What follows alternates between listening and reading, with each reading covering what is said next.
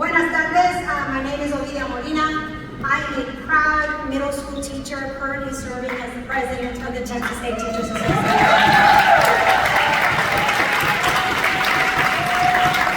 I want to just start by saying thank you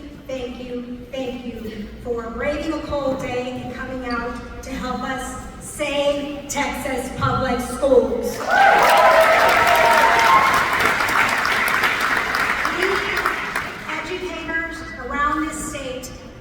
All of the help and support we can find during this really tough legislative session.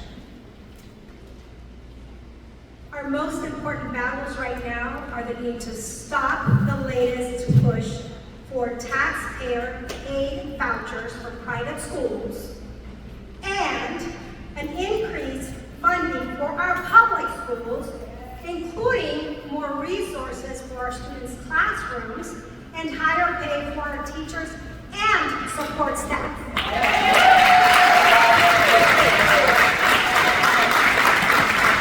having a conversation inside here, and I want to remind everybody, teachers can't do it alone. We are a family when it comes to our schools, and every job is important. The Senate has already passed a voucher bill that, if enacted, will be costing taxpayers and public schools many billions, with a B, of dollars within just a few years. The Legislative Budget Board has projected the next time the legislature meets in 2027, the initial $1 billion is going to balloon to $7 billion for the 2028-2029 biennium. Don't let it happen. That's not going to go into our public schools. The House leadership is proposing a different voucher bill. Maybe they'll help us. No, it would also soon cost billions of tax dollars that should be spent on public schools, where most Texas children will continue to be educated. We have over 5 million, as you heard, miracles coming to our public schools that we should be supporting. Texas needs to do better.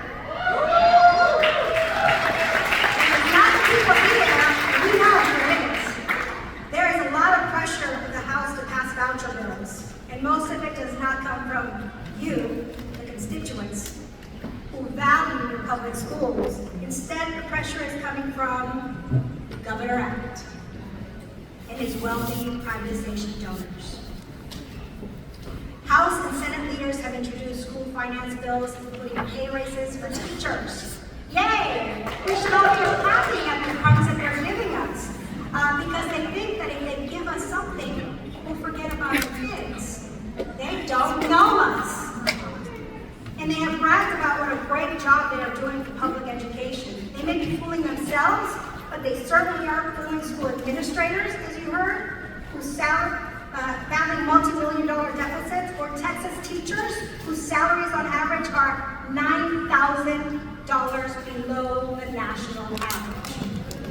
We're not even in the middle, and we love to be #1 in Texas.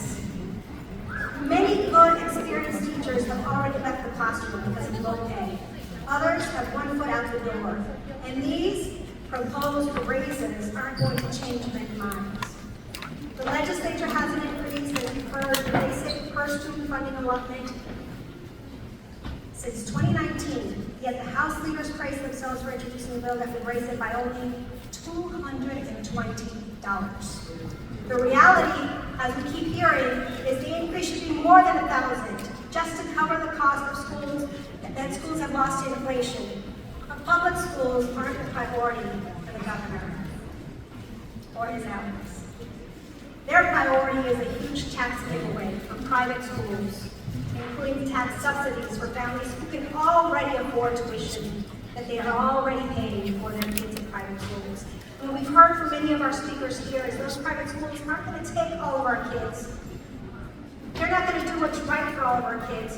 It's a big lie, and we won't let that happen. We must stop this.